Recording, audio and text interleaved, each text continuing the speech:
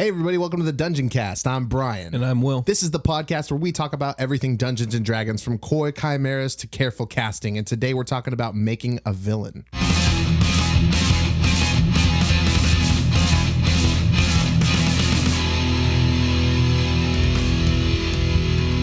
The Dungeoncast. All right, Brian. Will, all right. So yeah, we're going to talk about making a villain today. That's fun. From a dungeon mastering perspective, of course. Yes. Now, D&D is a storytelling game, and though not all stories have villains, all stories do tend to have antagonists. Some kind of conflict. I mean, Right. I don't know. I don't really look at conflict as like a villain. Sometimes your players make villains. That's true. That's and, very true. That's chaotic as hell. Yeah. So in D&D, it's very common that a campaign will have what is called a BBEG, or a big bad evil guy or a big bad evil girl. Mentioned previously on the podcast. Indeed. It's a term that floats around the internet all the time. When talking about a BBEG or a villain, it's not necessarily going to be like a villain and a supervillain kind of. Yeah, like Lex way. Luthor or like... Yeah, although it definitely the Joker. absolutely can be. And maybe even more often is a villain in that respect.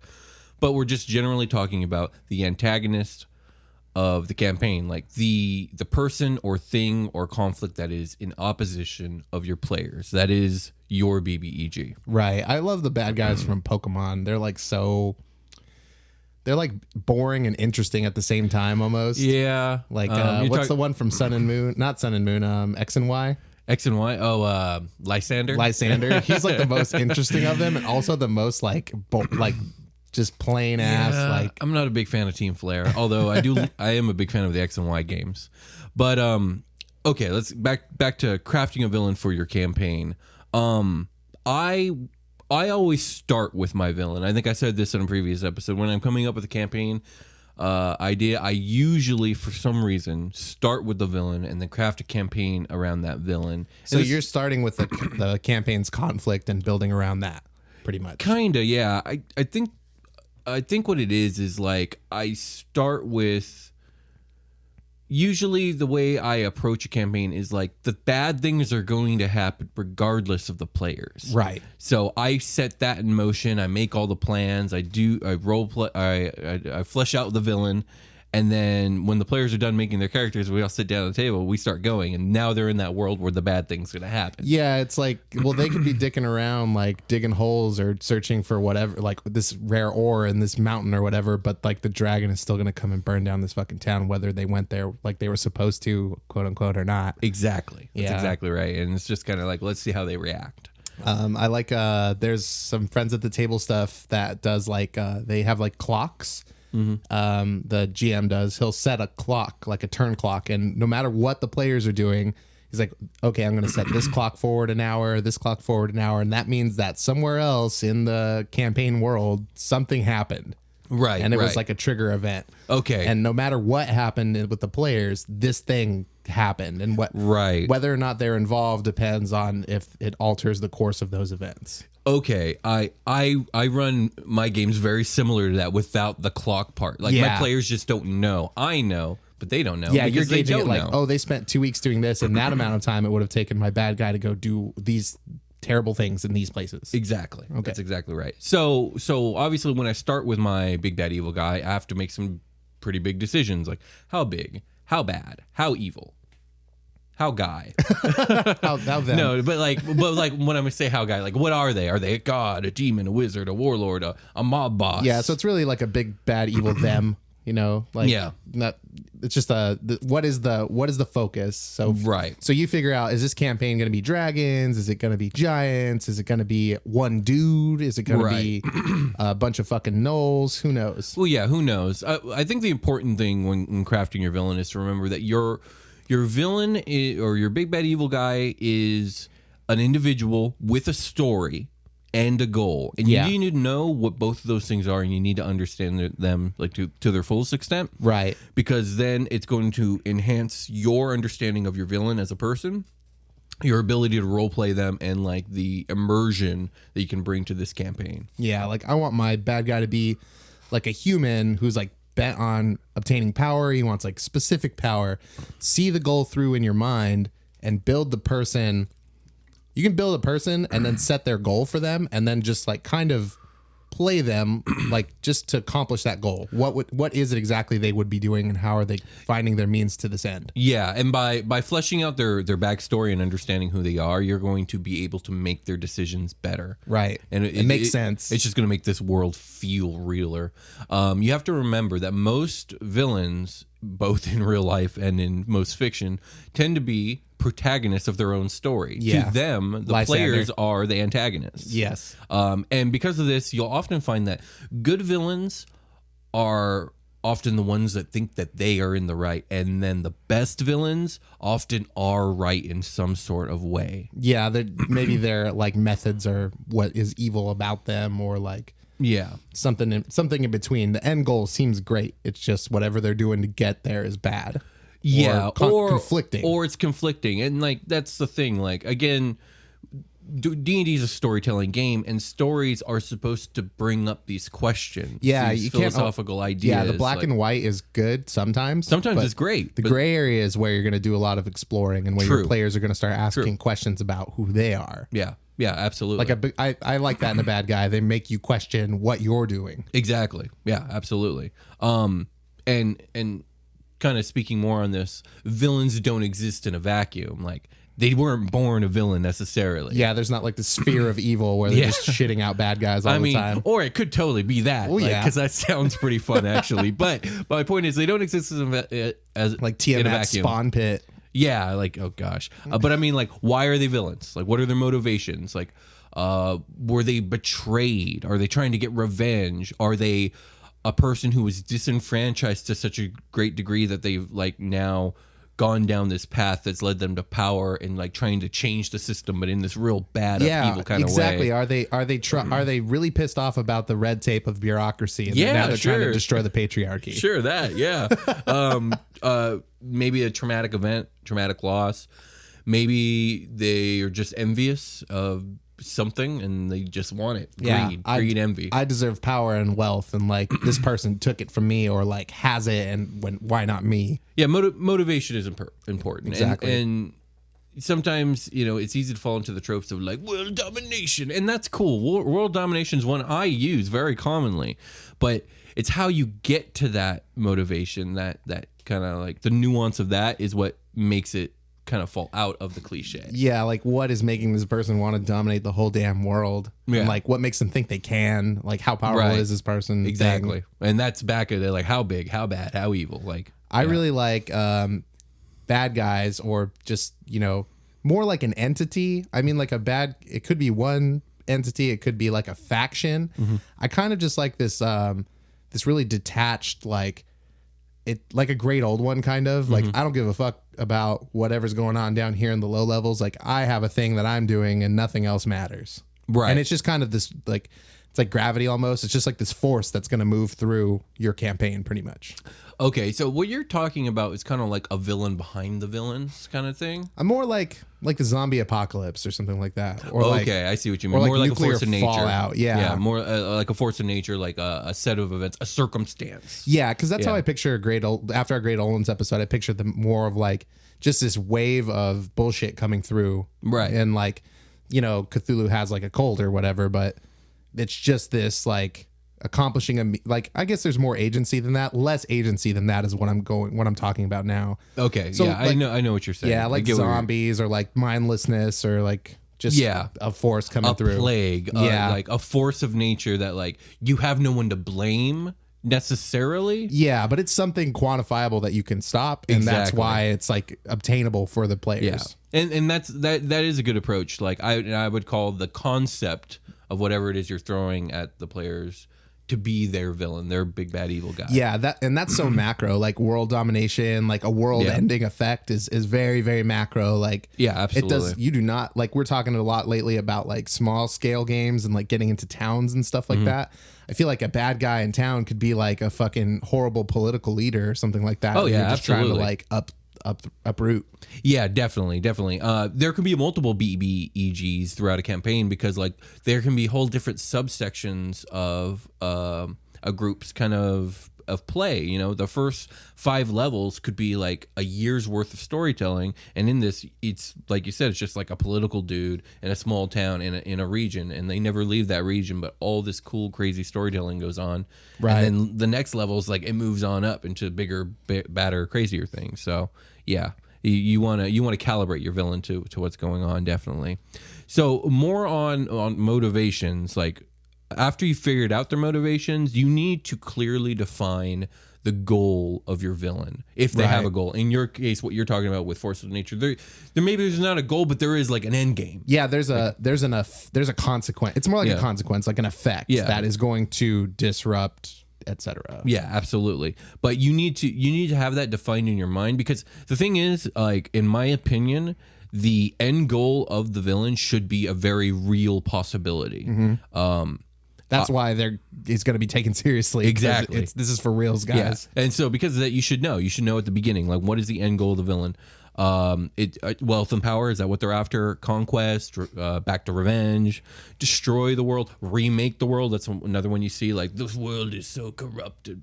If only it was as pure as me. And fucking Lysander. Yeah, there we go. Again. That fool is just, I don't know, something about that guy. Yeah, he's like he's like annoying, but it's also like we have to do something about this. Well, he's basically just like the one from Platinum as well, Cyrus. Oh, he's the same way. Yeah, he's like, this world is stupid. I gotta rewrite time. Yeah, that's the only way. Yeah, I love Pokemon. Or but like anyways, Evangelion is like that, right? Where they have to like rewrite. He gets like, oh man, that's a big spoiler. Yeah, never mind. I've never seen it, but I hear that the ending is something. It's like that. Crazy. Yeah. So more motivations or more goals. Like, do they wish to become a god? Do they wish to summon a god to do whatever it is that god wants to do? Do they wish to fuck the gods, destroy all the gods? Is that the goal? Like, liches are really cool BBEGs. They're just definitely. Whatever their goal is, it's magic related, and they're going to be popping shit off in a bad way all the time. Yeah, absolutely. And so those are some goals. Those are goals you'll commonly see, but your goal can be whatever you want. This is like a common struggle that I have as a DM is like, what, and I think I've mentioned this before on the show too, is like, what am I including from the monster manual into my world? Because it's like built around big bad evil guys, like, sure.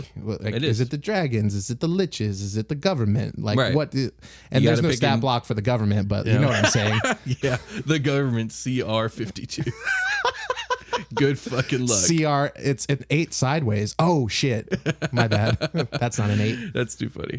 Okay. So let's focus in on like singular entities as villains. Yeah.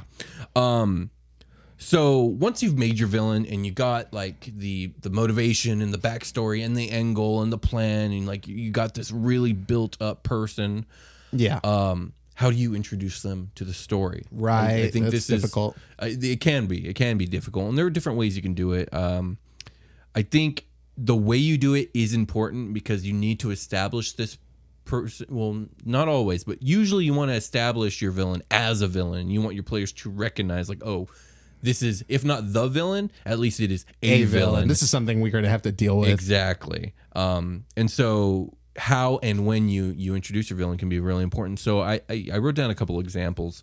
One way I found to be very effective, and you actually use this without realizing this, but it is making an entrance. Yeah. Embarrass your players. Yeah. Show them that not only is this the villain, but like, you're like they low-key pale in powerless. comparison. Yeah, like they tower over your players, and this is like something that, like, fuck, we're gonna have to deal with this, but like, how do we even do that? Right. Well, like, and an example is, it's basically what you did, but I've seen this done before, where it's, the players are in a town doing whatever it is they're doing, and a big bad shows up for whatever reason. Maybe he's just passing through. He didn't even want to be here. He's just passing through, and he does some bad things. The players decide to step up, and he just whips them around, embarrasses them, doesn't even bother to kill them because he's just like, you're not worth my time. He just passes on through. So that's how it was like a challenge for me to assemble the players to begin with. It was like, okay, we're going to do this from like, you guys are all going to meet and we're going to figure that out. And at the same time, I'm like, and you're also all going to meet the bad guy at the same time. And that's what's going to help unify everybody. Right. And it was just like, well, shit, like I have to go back so far to figure out like where has this guy been, what has he been doing, Right. and like how is he getting here, why is he here, why this day. Yep. And See, you had to do all the things. All the things we talked about. And like it was kind of loose even when I did it, and Right. I was able to like figure it out after the fact because they weren't questions that weren't going to be brought up in game necessarily. Right. So I had a little bit of wiggle room there, and I had some time to like kind of seal the details. Yeah. And making an entrance doesn't necessarily even have to be about direct conflict with the players, although I like that one personally. It could be, something big and bad shows up in the city, fucks a bunch of shit up, and then goes off to do something else horrible somewhere else. That one's a little tricky because then it's like the players can easily be like, well, that's not technically our problem. So, what I mean? And then in my game, that happened in my game as well. Yeah. And I had to like try to Bring it all together. I like we're all gonna sit down and play this game and Right. we've agreed to. So hopefully that you guys just say yes because like Yes. this is the kickoff. That is the responsibility of both the players and the dungeon Yeah, master. like we we- all have to agree to let's play this story together. Yeah, I agree. and after that, like if you guys accept mission A or whatever and you do it, after that it's like, okay, well, like now what do you want to do?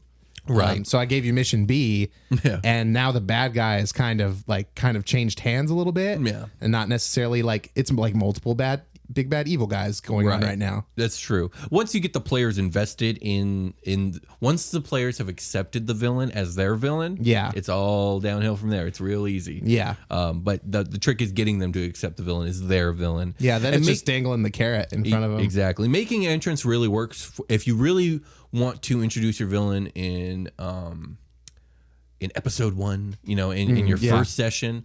Making entrance is probably a great way to do it. My preferred way of introducing the villain is what I call break something they love. Oh. Which is what I tend to do almost all the time, and it's why I don't introduce the villain until like the first 3 to 5 session story arc is over. For a few reasons. Number one, I want to get to know the characters. Right. I want to understand them, What's so a then good I can bad break guy? their hearts. Yeah.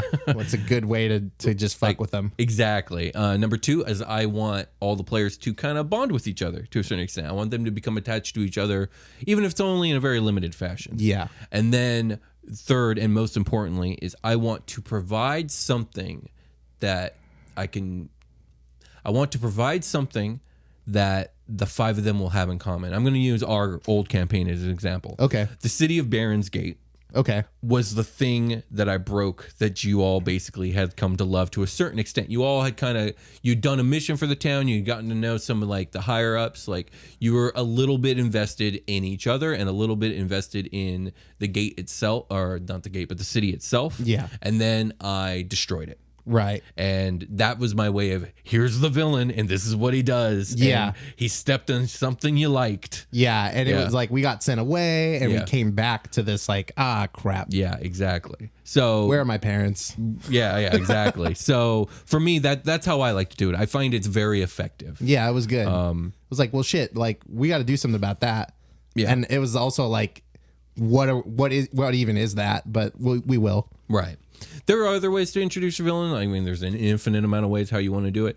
Another way you can do is, and this one's a little trickier, although I do like it, and I have implemented it. It's the whole, like, the villain was there the whole time, but no one realized it kind of deal. Yeah, okay. Now, that one's tricky, because what you have to do here is you have to make... It was the bard. Yeah, it was the bard the whole time. You have to make it so that the villain really was there the whole time, and... in retrospect, upon the big reveal at the end, you're like, oh my God, I see where it all connects. Yeah, and that's a difficult web to weave. It I is. think. It's a difficult web to Especially weave. with like your players doing whatever the fuck they want all the time. Because you have to leave enough red herrings to keep them off the trail of the villain, while also leaving enough evidence for them to Connect the dots at the dots end. afterwards with their 2020 hindsight. And I find that what ends up happening a lot, not just in D&D campaigns, but in actual bad storytelling across all fiction, is you get these really bad like JRPG reveals. You know how like in some Final Fantasy games, I'm not going to mention which ones, like you'll be thinking like the villain is one thing, and at the very end, oh, by the way, it wasn't that at all. It was this entity that you've never heard of before that's just here and was orchestrating everything, and now you have to fight it to the death. Yeah, surprise. Yeah. And I still love those games, all games. I love all Final Fantasies. I'm just saying that is very bad storytelling. And it is a JRPG cliche at this point. I really like, and I haven't brought it up in a while, but it's back, Will. It's Golden Sun. Okay. Oh, I knew it. They do a great, like... Reveal? It's like a switch up because you are, you're playing, there's 2 games. You're playing as the first party, right? And they're like, there's like this thing, this entity that's like, oh, I'm the good guy, and like I need you guys to go stop those fools that just ran amok in here. And then in the next game, you are more or less the fools that just ran amok. Oh wow! And then you guys, and because you guys are like friends from the same town, and then you got to like converge at the end, and you have like, it's like these guys are right from one point of view, but the team that came and ran amok, they're actually right. And they have to convince the original main character, and they've got to like in story like figure out how to work together to like save the world or whatever. See, now I like that a lot, at least on paper. That sounds like a really cool concept. How did fans react to the whiplash though? Oh, they executed it like marvelously. Really? That's awesome. Yeah, That's especially really with cool. game mechanics. You could there was like you input a code that you got when you beat the first game to import the party with the exact stats and equipment that they had when you finish the game. So they show up at like a high level with all this cool shit, final game and like last level shit on them, like the best swords and the best armor. Right. And then you go on and get even better swords and better armor and level up even farther. That's cool. But yeah, and then it turns out that the first guy that sent the original group on their way out is like the guy you got to fight at the end, because he's like, I sent you to go do this shit and then you fucking changed your mind. What the fuck? And now I have to stop you. And they're like, you don't get it, man. And he's like, no, you don't get it. See, I like that. That is good storytelling. And the reason I brought up the whiplash is because that is the problem with bad reveals, is the whiplash is disappointing. You know, there's a rule in storytelling where like your audience never wants to feel like they were tricked. Oh, yeah. You know Okay, I mean? yeah. And that's what you have to avoid. Your players aren't going to feel like... Obviously, your players aren't going to like being tricked, but that doesn't mean you shouldn't trick your players. I'm just saying in a storytelling aspect, this whiplash reveal, if it doesn't make sense, if the evidence wasn't at least there and they just didn't notice it, you're going to get a bad reaction. So maybe not trick your players is probably not the right. It's maybe don't betray your audience, and your players are your audience. Exactly. Yeah. You're right. Okay. I got more techniques and storytelling tools to talk about. Before that, let's take a short rest. Let's do it.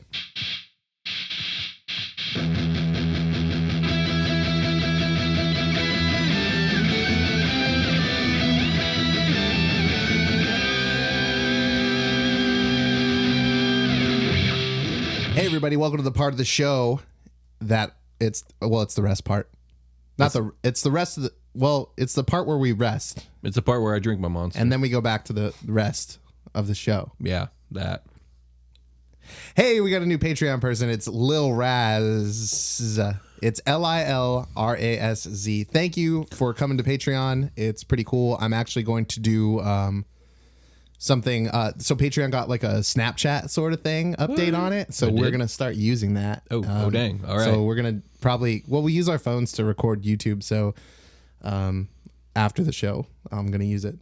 Cool beans. Sounds good. Like, look at the show. Thank you, Little Raz, by the way. Thanks. Thank you so much. We really appreciate it. And we hope you're enjoying all the content that you're getting with your patronage level. We are going to be dropping some more patronage stuff pretty soon, right? Yeah, like probably by the time this episode drops. Or just like right after this episode sometime drops. around. Probably. If you're hearing the sound of my voice, it's coming. It's very soon. I'm almost done with it. It's the second episode of the Vault Raiders. So if you were in the $5 tier, you're gonna get to see what happens to Giselle and Matthias and Balasar this time. It's fucking wild. I think we mentioned it in another episode how fucking ridiculous it is. It's great. It's one of my proudest moments as a dungeon master. Yeah, and I think all of us as players are also very proud of like we did really fucking good this time. Yeah. We're definitely getting into the rhythm of like making games for recording. And we're getting a lot of practice. So Ranger Danger is the next thing that's coming up. It's for the $10 tier, and it's basically everybody is a high level 11 Ranger, and they're allowed to multi-class. They have to take 7 levels in Ranger at minimum, but everybody's level 11. I'm gonna be throwing the fucking monster manual at these guys. It's gonna be fucking crazy. Wild. So that's some fun Patreon stuff coming up. Do you want to talk about the contest, Will? I do. In fact, we are running a contest. We are giving away 2 basic starter kits, D&D starter kits. On March 1st, we'll be announcing our 2 winners, and there are 2 ways to enter, and you can enter twice. The first way to enter is if you tweet out a link to our show with the hashtag Dungeoncast. I will catch that, and I will add it to the list. And also, if you leave us an iTunes review, I will go ahead and catch that and add it to the list. Obviously, you need to do either of these things between now and March 1st. Yeah, and those are the parameters because we fucking love it when you guys do that stuff. Yeah. When you guys are hitting like buttons and subscribe buttons and stuff, it's just yummy. Indeed. You can find us on SoundCloud.com if you want to hit some like buttons. You can find us any podcast app. You can find us on YouTube. Just search the Dungeoncast. Or if you have any inquiries, questions, complaints, constructive criticism, we are at thedungeoncast@gmail.com. Let's go back to the show. Let's go back to the show. We're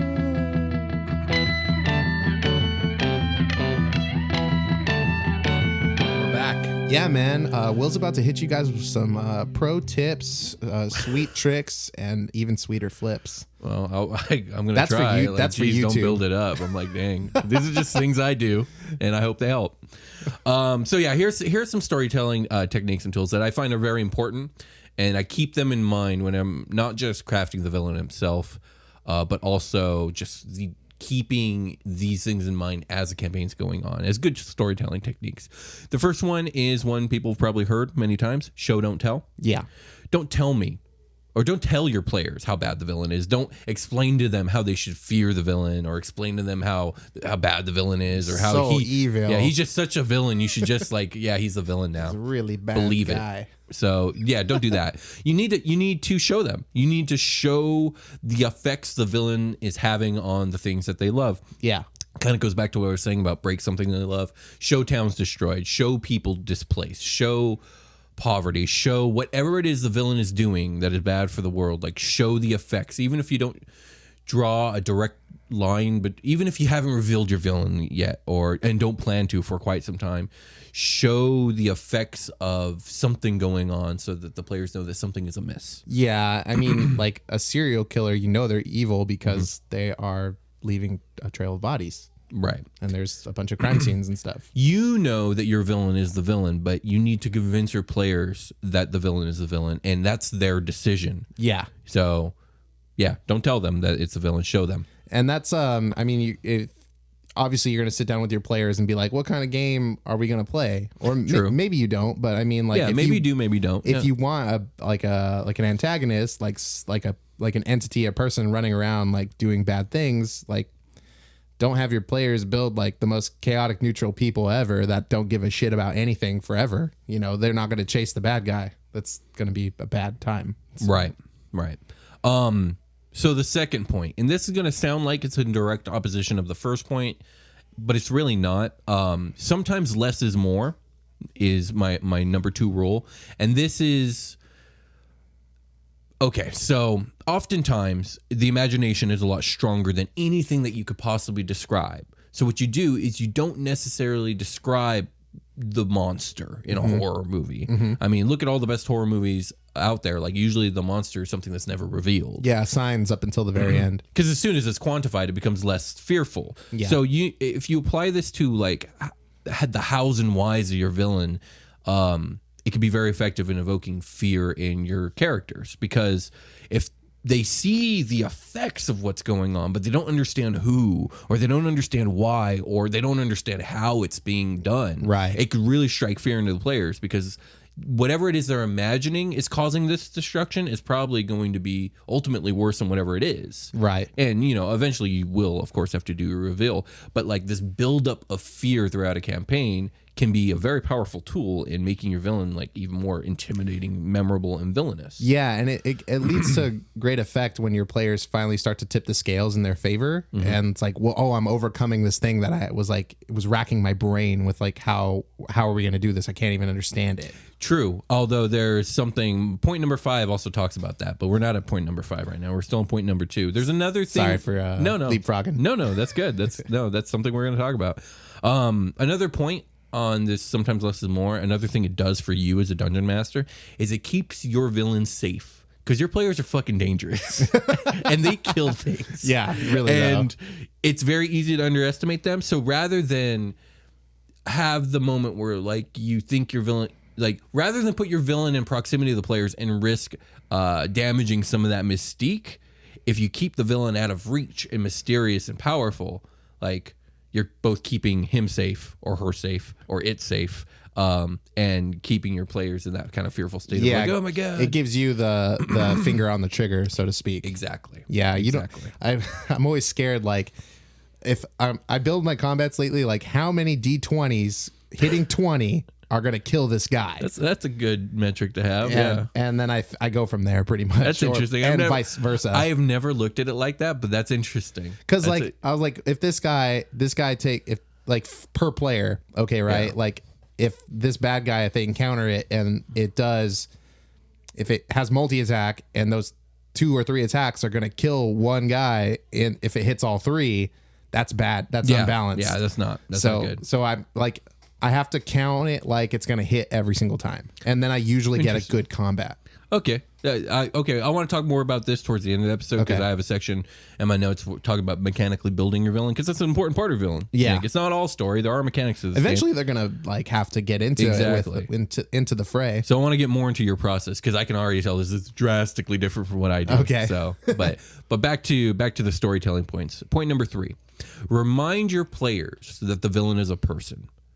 If they are indeed a person. Well, I mean, yeah, if they are indeed a person. Now, obviously, this is just a rule to. It's not a rule, but it's a guideline to keep in mind. Sometimes that's not what you want at all, because sometimes your villain isn't a person. It really is like a evil entity without able to be negotiated with, and that's a totally different thing. But one way to have a compelling and memorable villain is to remind your PCs that your villain is a person and not just some entity. Like there is a reason for what they do, and whether you agree with that or not is fine. But like more reminding them that there are these grays of morality and not everything's black and white can bring up interesting player situations and interesting player decisions. I mean, oftentimes you'll see this a lot in good stories. A villain is a direct dark reflection of the hero of a story. I'm trying to think of a really good example. And they do that in Naruto like all the fucking time. They do it in Naruto all the time. And actually, yeah, let's talk about Naruto for a little bit here. Hey, Will, can we talk about Naruto? Yes, we can, Brian. Yeah. Because I've watched D&D 400 podcast. and something fucking episodes of that show. It's so long. Okay. Okay, so there are, when it comes to Naruto and villains, I one thing I love is that they take extra time to personify the fuck out of their villains. Like right when you hate this villain at the most, they're like, wait a minute, 9 flashbacks. Let me tell you their story. And all of a sudden, then you come back to the point of like their defeat and you're like, oh man, now I'm kind of have mixed feelings about this. Yeah. Now, on one hand, that's a really great tool in the arsenal. That's a great storytelling technique. On the other hand, really you effective. had to watch fucking 9 flashbacks. And that part I don't mind. The part I mind when it comes to that show specifically is like you can only do that so many times before it's like, okay, I know what's going to happen here. Yep. And that's why Netflix is so great because I just take my cursor and when the animation goes back to full color, I know the flashback is over and I just click right there. Right. I like the flashbacks personally, but I understand where you're coming from. Yeah, they're good, but they're doing them way too much. It's not just that they're doing the flashbacks too much. It's like they are recycling the same idea. And I get it because the point of Naruto is it's an anti-war anime. It's supposed, with all the cool battles and all that, the whole point is that war begets more war, pain begets more pain, and like the only true way to end war is, to hold out the hand and work together kind of deal. Yeah, which is a good message for kids, quite frankly. Yeah, stop bullying. There's like a huge bullying problem in Konoha. What is it? Konoha. The Leaf Village. Yeah, the Leaf Village. Anyways, enough about Naruto. I just want to say that is a good storytelling technique, and like you can find really good storytelling techniques in all kinds of different mediums, including shonen anime. Yeah. Anyways,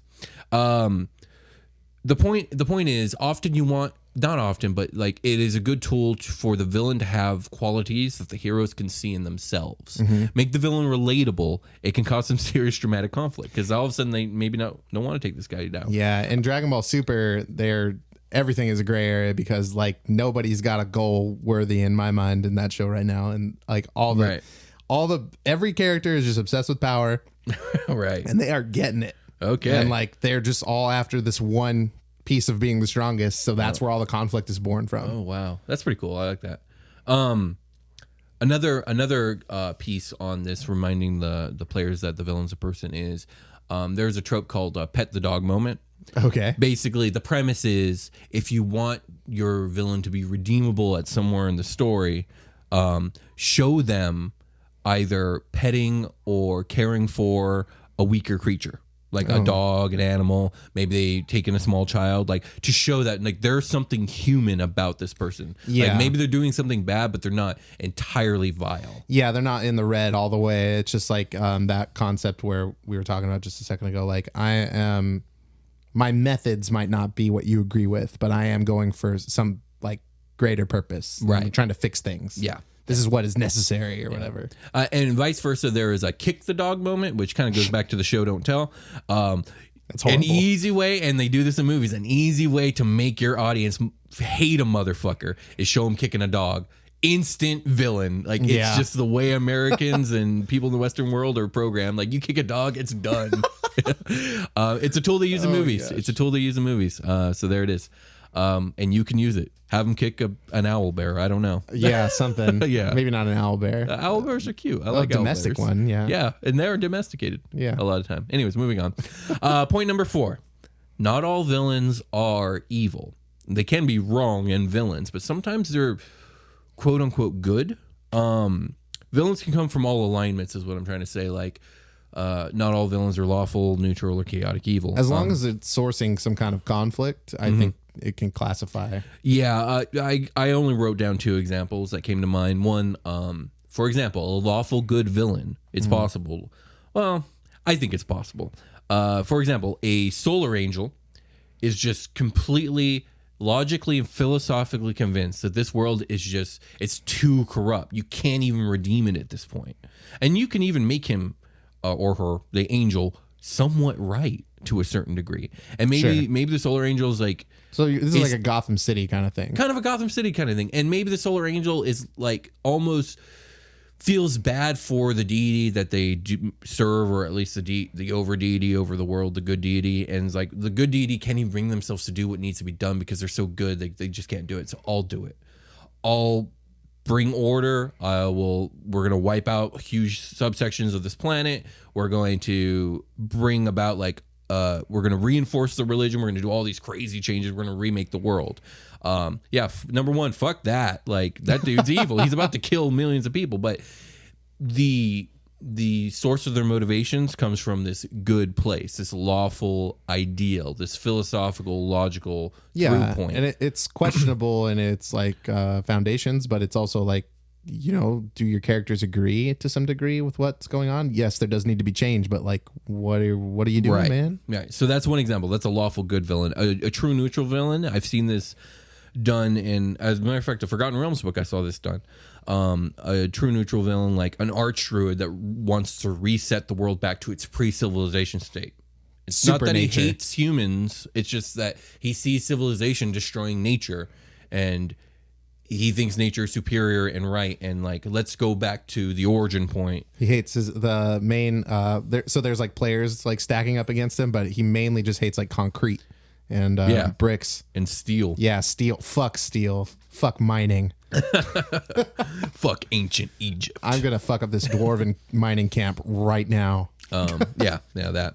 So that's my point number 4. Did you have anything you want to add to the not all villains are evil point? No. Okay, let's get to point number 5, because you were talking about players becoming more powerful and kind of overcoming. It's starting to, because there should be a point, at least in my eyes, where you know, it's this uphill battle, and all of a sudden it's like, oh, we're making some headway. We've got some ground under our feet now, and something to push off of. I agree to a certain extent, and there's a couple ways you could do it. You can kind of like, it's an uphill battle till like they're getting towards the very end, and all of a sudden it's like, oh, we can do this. Yeah, and that's a good way to do it.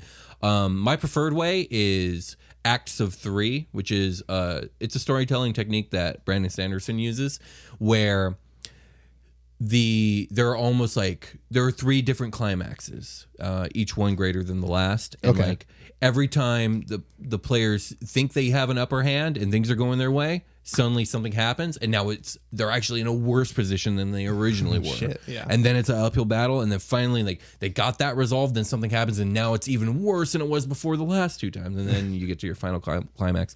I have found that it is incredibly riveting to read stories that are set up in that way. So my point number 5, which I didn't announce what the point was, is escalating the threat. Right. A lot of times what you want to do is, these games go on for a long time. As your players level up, they become more powerful, as they should, because that's kind of what this game's about. And because of that, so should your villain. Your villain's not just sitting around. Well, I mean, they could be, but your villain's probably doing stuff and leveling it up too. So don't forget to show that the villain's also becoming more powerful. Yeah. And always seems one step ahead of you. Right. Whether it's like amassing an army or like gaining this object of force that is going to like really put them in a position to fuck you up. Right. So another tool basically is what I'm saying is like, keep in mind that sometimes you want your villain to be this ever growing and looming threat that the players always feel like they're barely keeping up with or not even able to keep up with until the very end. Or you can do like the three climax thing that I was talking about. There's multiple ways to do it, but keeping the idea of whether to escalate or not escalate the threat in mind is important. That's kind of my point of these 5 rules that I use is like you don't have to follow all of them or any of them at any given time. In between. Yeah, I mean, just keep them in mind and know what you're doing. Your players could like think they overcame the conflict, and then the conflict is like has to slink into the shadows and like rebuild. And they come back stronger than ever. That could be an escalation. Oh yeah, absolutely. Well. Yeah, that's absolutely right. And that complacency, like we did it, guys. Let's start being adventurers, blah blah. Right, and then like while you're out doing your next side quest or whatever, fucking what's his face comes back and rages all over the place. Indeed. Man, yeah, that's exactly right. So those are my 5 points. There's some other things I want to talk about real quick before we get to the mechanical part of the episode. Something you should keep in mind is how does your villain go about villaining? Like, are they very direct or are they more indirect in the shadow? So like a direct villain would be like a classic villain. Like their actions they directly attack things or with their armies, or they oppose the PCs in a very direct way. They have monsters and minions and traps and weapons, and they're maniacal and they do their thing.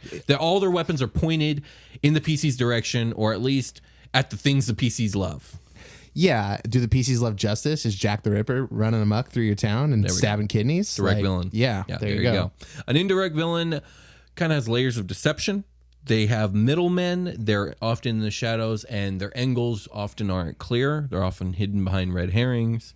The PCs have to actively search out an indirect villain, while a direct villain kind of you don't have to search them out. The direct villains make themselves known. Yeah. It's in your face. An indirect villain, you might not know is there unless you are looking for the evidence of this villain. Yeah. Okay. And as a DM, you have to leave that evidence. You have to have all this idea worked out. Like Moriarty from Sherlock Holmes is an indirect villain, always in the shadows. Yeah. Always using other people to do stuff and making it look like one thing is the end goal, but actually it's a different thing. And just when Sherlock Holmes thinks they're finally going to get him, he escapes. Fuck, not again. So there's your indirect villain. Other notes, like multiple villains. It's a thing. And those multiple villains don't have to work together. They could be in complete opposition of each other. Yeah, they could be villains to each other. Yeah, exactly. So that's something to keep in mind. It's a conflict triangle. It's like a love triangle, but it's bad.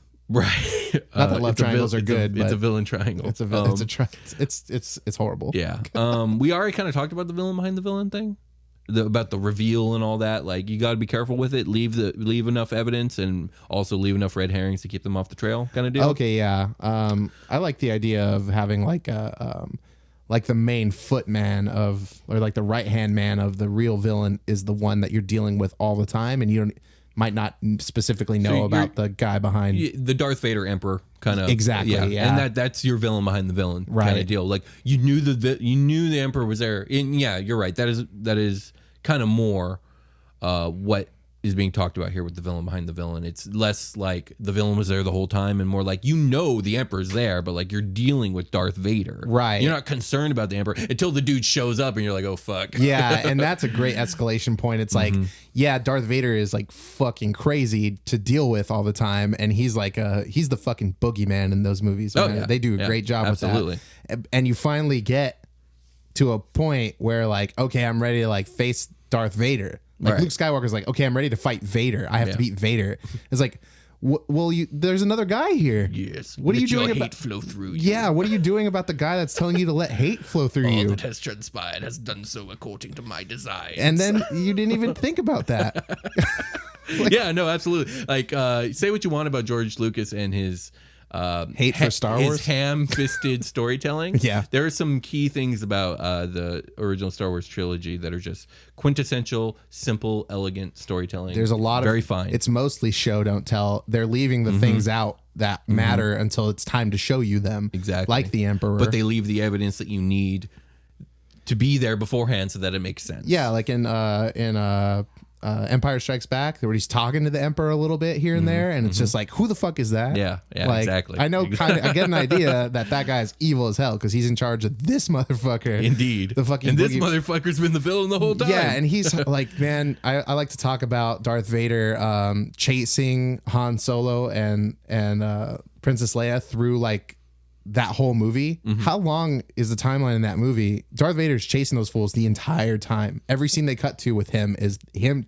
I'm getting these fools. Yeah, I'm that's going. true. They are not getting away from me this time. Yeah. And they don't. Yeah. And they can't. It's like, fuck. You know, That movie's so insane. that's actually an interesting thing that I'm glad you brought that up because I didn't include this in my notes and I have never really thought about it from a D&D perspective.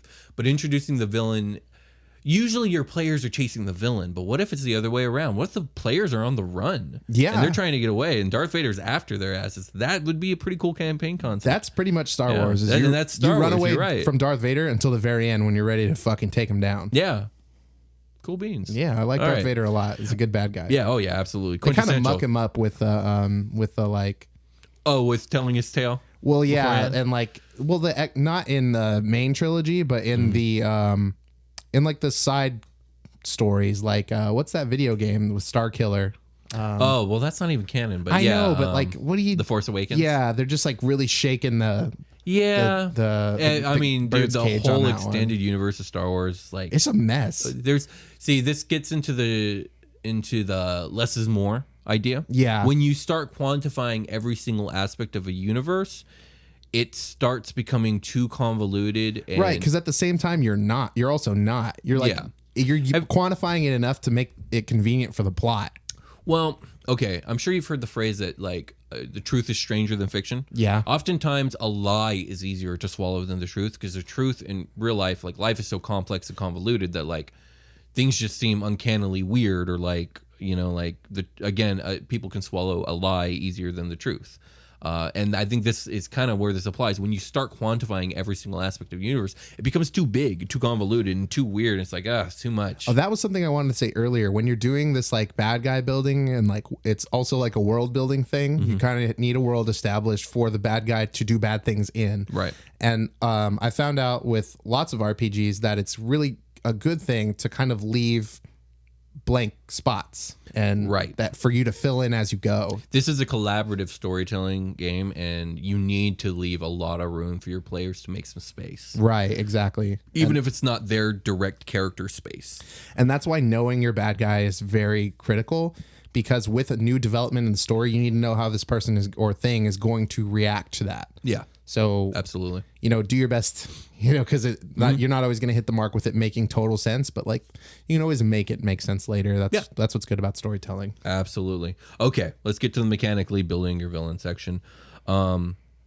You got to build this guy. He's got to have stats because your player's got to kill it. Yep. So if there he it doesn't is. have stats, I mean, I guess you could kill it without stats, but then it just feels weird. It's Yeah, like, we're playing D&D. Let's we're playing stat D&D. everything Let's out. stat it out. The obvious choice is to use or reflavor existing 22 plus challenge rating monsters. oh my gosh, Which, yeah. you know, that's the obvious choice. It's not necessarily what I would do because characters tend to be more powerful than the monster manual kind of accounts for. You have to account for whether you're really going to try and pin a villain up solo against their players or not, because you have to balance the action economy. If you really want this bad guy to come at the players as just one entity, it's difficult because your players are going to have multiple turns while your villain's only going to have the one. Right. And you're going to have to offset that with something, usually with layer or environmental actions or minions, legendary actions. If you want minions, that's a great way to do it, but then you're abandoning the whole solo kind of feel. True. Which is fine. Like, yeah, I mean, obviously, if your villain's smart, why would they go toe to toe with your players without like their most powerful guns? Yeah, you know what I mean? Like, why are you like putting yourself? Why would in I have a fucking rocket launcher and like a Gatling gun and not use it? You know what I mean? Like, yeah. And by rocket launcher Gatling gun, I mean my Lich Buddy and my Death Knight. Exactly. Like why am I going 1v4? Yeah. At any time. I mean, like being outnumbered like that, no matter how powerful you are, is a bad situation. Right. I mean, you don't want to do that. So just something to distract the players that they, maybe not something too powerful, but something that they have to deal with. So basically like action economy, right? I got to make these guys burn up some stuff to make this fight feel threatening. And I have this issue in combat building right now where things are either like, I want it to feel threatening. I really, really do. I want some danger here, but I don't want to have the scale tipped in such a way where it can't be tipped back against my players. Momentum is a big part of the fight. Yeah, it's tricky. I'm not gonna lie, it is. And I often find it's trickier in the other direction where the players will overcome things if I'm not heavy-handed enough. Another way to help with the 1 versus 4 or 5 is to implement like a time limit or a countdown before something fucking horrible happens. Okay, yeah. You know, like at turn 9. Well, it's honestly, yeah, it's honestly the opposite of the end of Watchmen. Spoiler for the end of Watchmen, but by the time the villain's done explaining what it is he's going to do, it's already been done, which is great. That's a great storytelling device. It's what way a great better story. than trying to explain it and then do it. Yeah, like fucking Pokemon or whatever the hell. Okay, I bring up Pokemon a lot because the bad guys are like very terrible. No one very accuses bad. the Pokemon games of being great stories. No, I like Giovanni, and they're that's great about it. Exploration adventures. Right. I love Pokemon. Anyways, but no, you're right. You're right. But implementing a thing where maybe the villain hasn't done the thing yet, but the thing's about to happen, and like you got extremely limited time to get it done. Yeah. So adding that kind of countdown timer kind of ups the challenge rating because like it's tantamount to giving the I don't know if it's like giving the villain more HP, but it's like it's making it so that you need to burn through this villain's HP and AC faster than you did prior. Right. Than you would normally. It's putting pressure on the players to get the situation handled because it's not just like killing this guy, it's like stopping this thing. Yeah.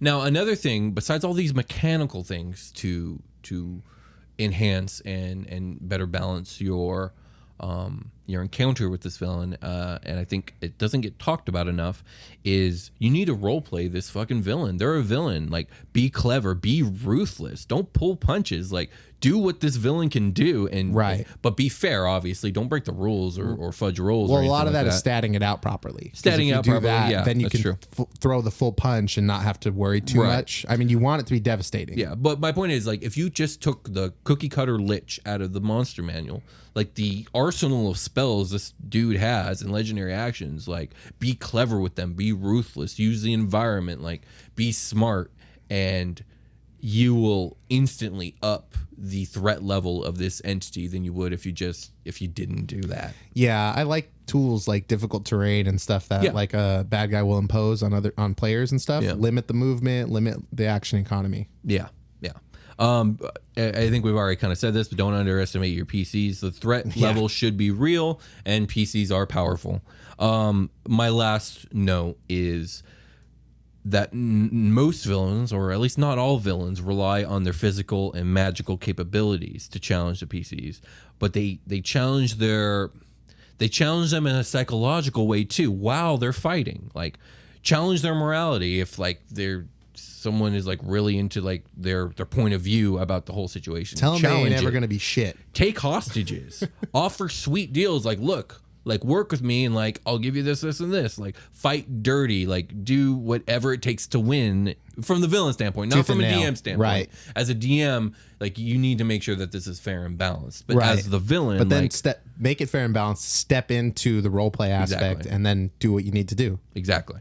So that's all I got on villains, Brian. You got anything you want to add about maybe your villain make you process? Any like little notes or tips and tricks or things you've learned? I like having lots of steps along the way to the big reveal, the big bad guy. Yeah.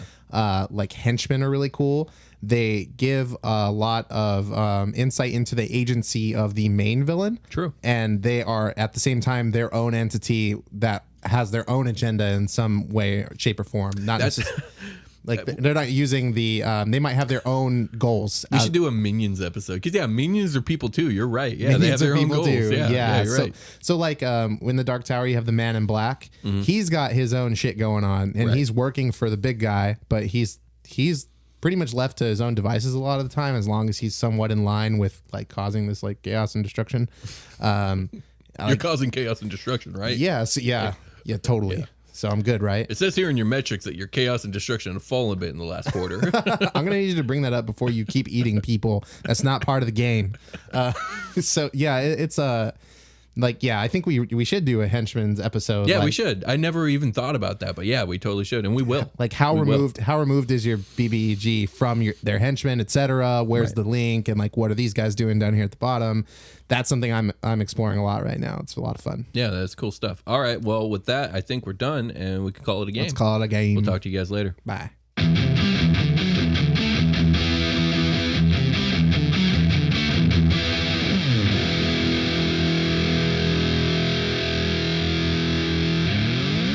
The Dungeoncast.